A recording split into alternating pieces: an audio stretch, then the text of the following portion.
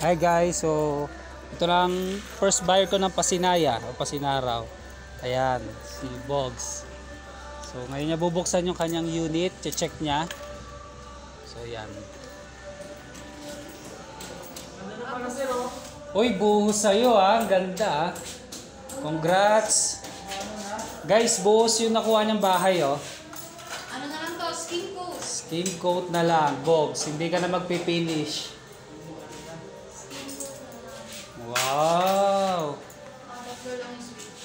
So yun guys, oh, buhos ang kanya nakuhang bahay.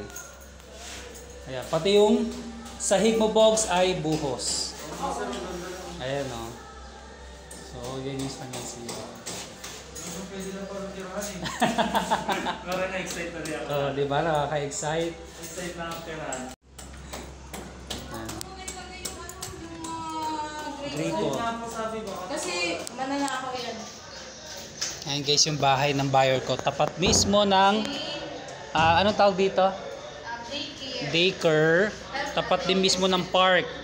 Tsaka ng court. Nandun yung court to. Nasa, alam mo yung gigising si buyer. Ito kagad ang makikita. Hindi naman masaya kasi park, court, tsaka center. Ayan, chapel nandito rin. So, ayun ang Pasinaya. Ayan o. Tapos yung gitna is park din yan, yung empty space na yan. Ito yan o. Yan o.